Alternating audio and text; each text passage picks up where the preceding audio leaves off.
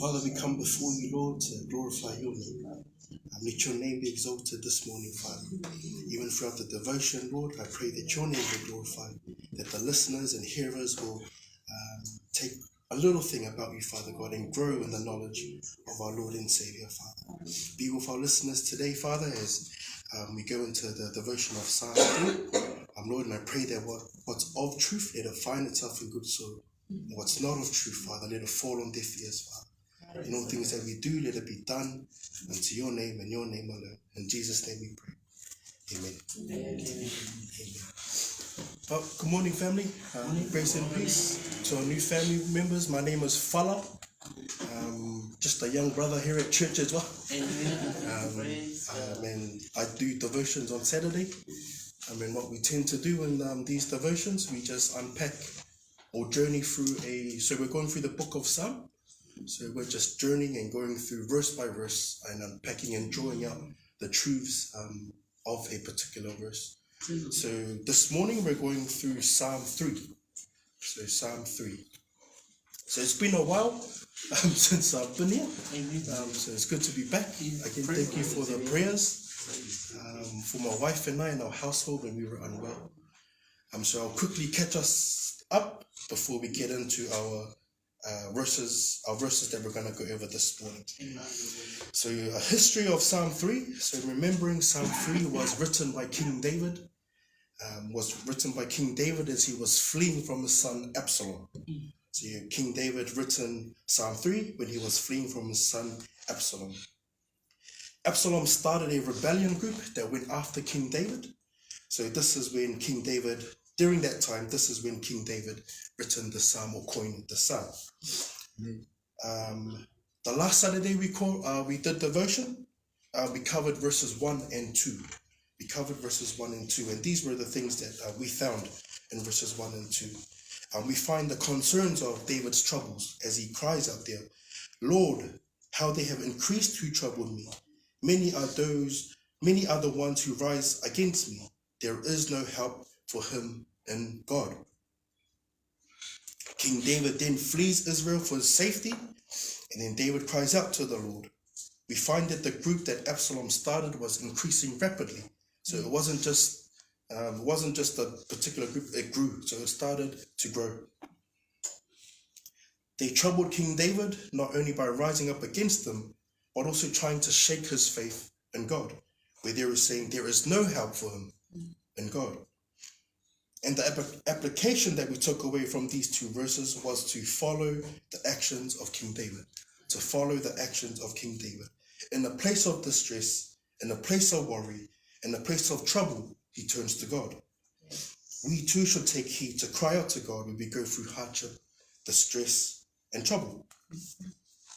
So now we move into the reading of Psalm 3,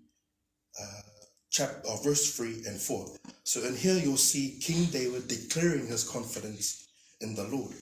So salamu tolu, fai upu tolu, malefa. If I can have all our Samoan family members, please read salamu tolu, fai upu tolu, malefa, please.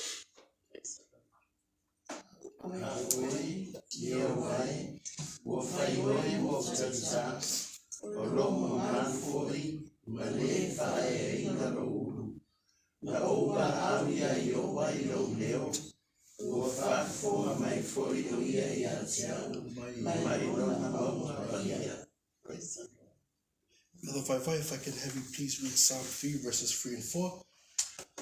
But you, O Lord, are a shield for me, my glory, and the one who lifts up my head.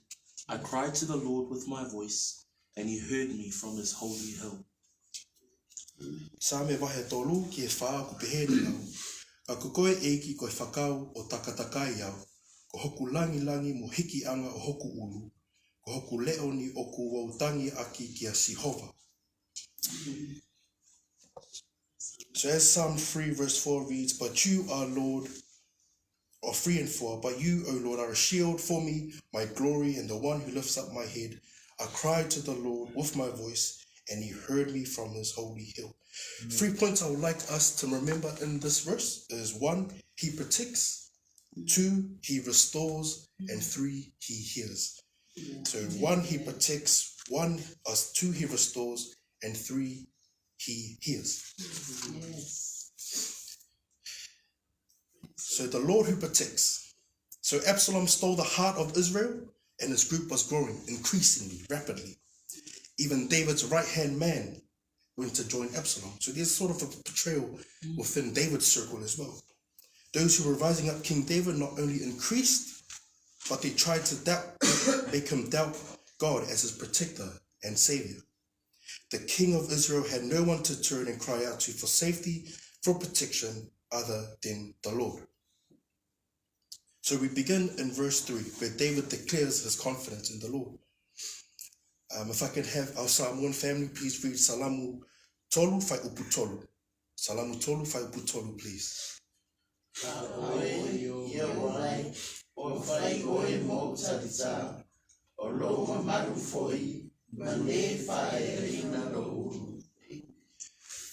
Han, if I can have you read English, or in English, Psalm 3, verse 3, please.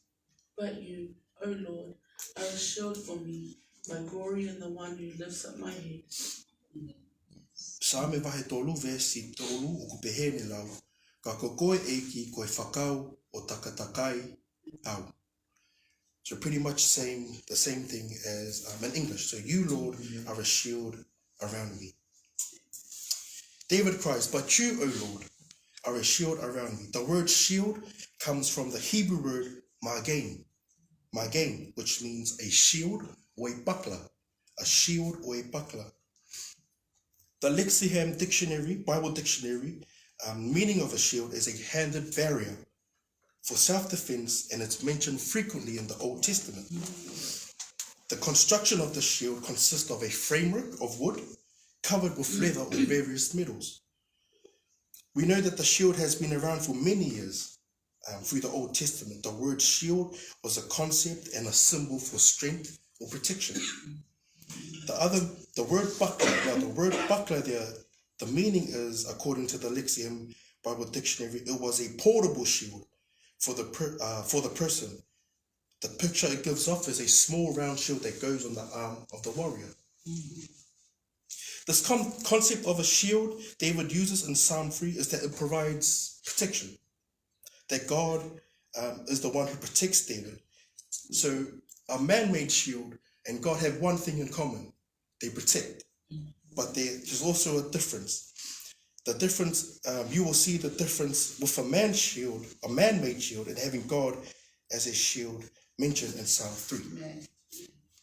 So we all seen movies like 300, Gladiator, and Lord of the Rings.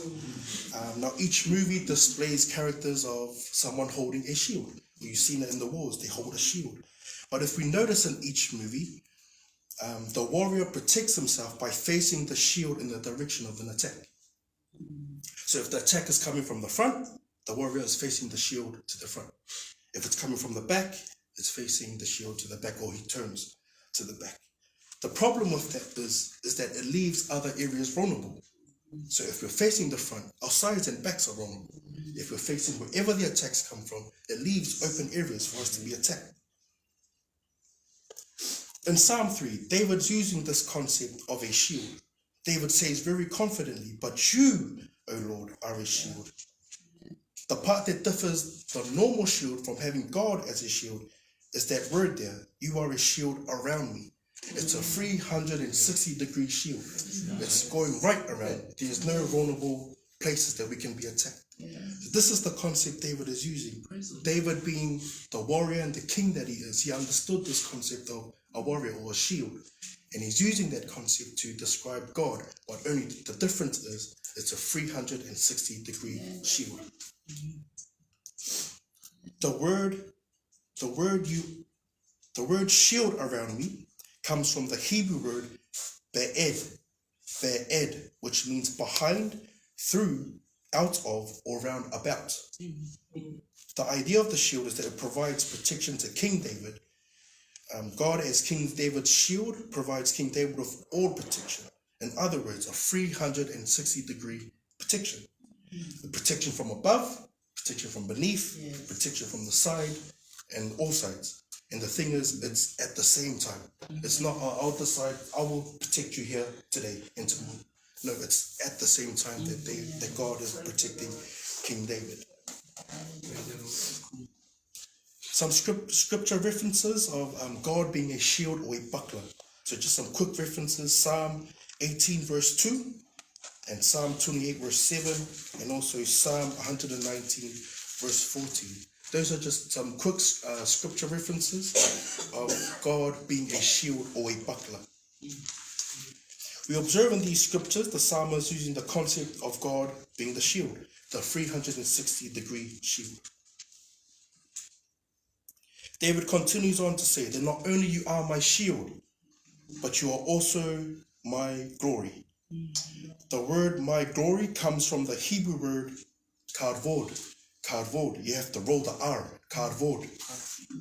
And that means to honor, or that means honor, reputation, and dignity. Honor, reputation, and dignity. The psalmist King David, well into his reign, as king of Israel, he would already have a good reputation with his people. One, David was a musician. 1 Samuel 16:18. David also became Saul's armor bearer. 1 Samuel 16:21. People sang songs about King David. 1 Samuel 18:7 and 8. Saul has struck down his thousands and David his 10,000s. King David was also known as a man of war. As we looked into 1 Chronicles 28 verse 8, where God didn't allow him to build a house or his temple because he was known as a man of war and have spilled blood. So we know that David was known throughout Israel. Amazing as King David is, his reputation was slowly fading as Absalom stole the hearts of the people of Israel.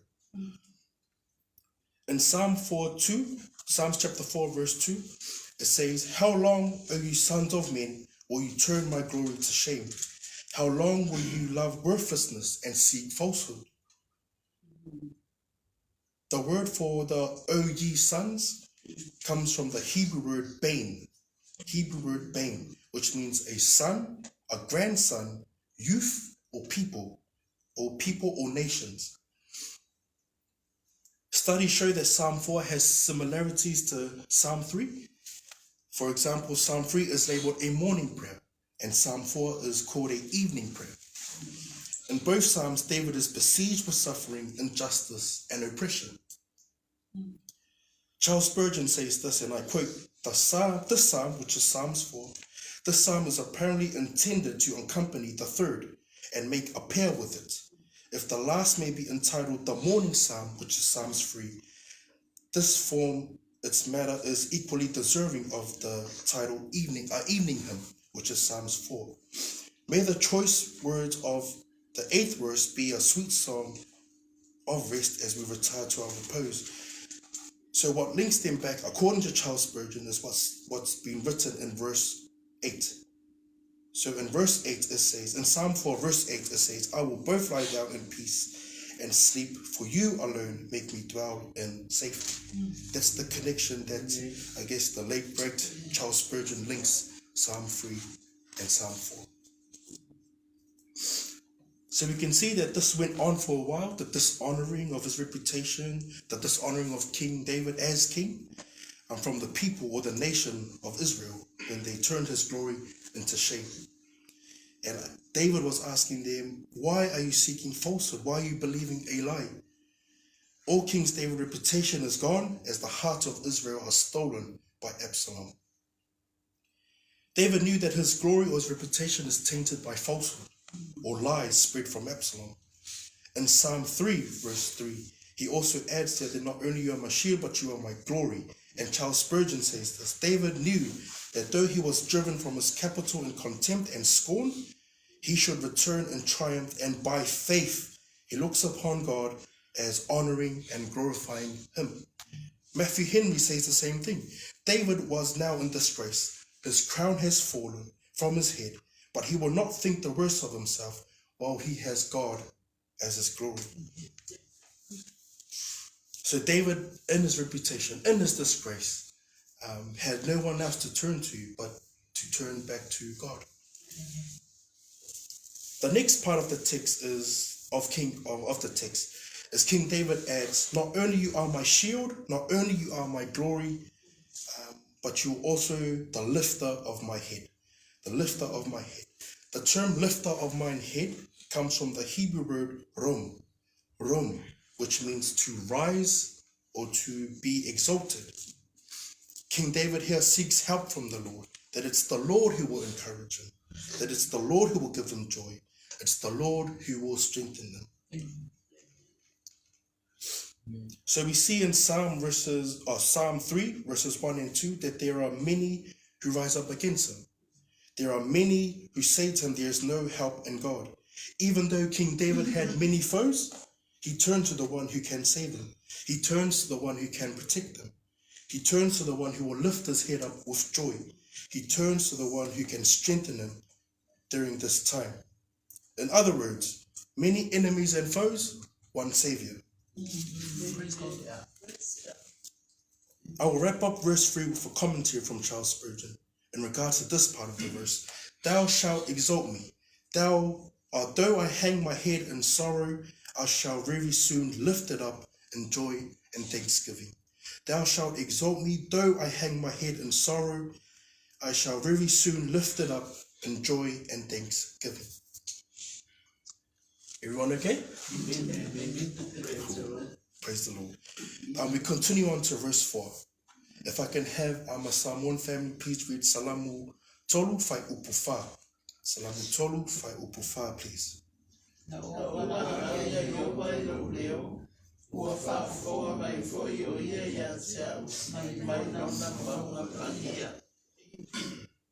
Brother Vaiva, if I can have you please read Psalm 3, verse 4 in English, please. Verse 4, I cried to the Lord with my voice, and he heard me from his holy hill.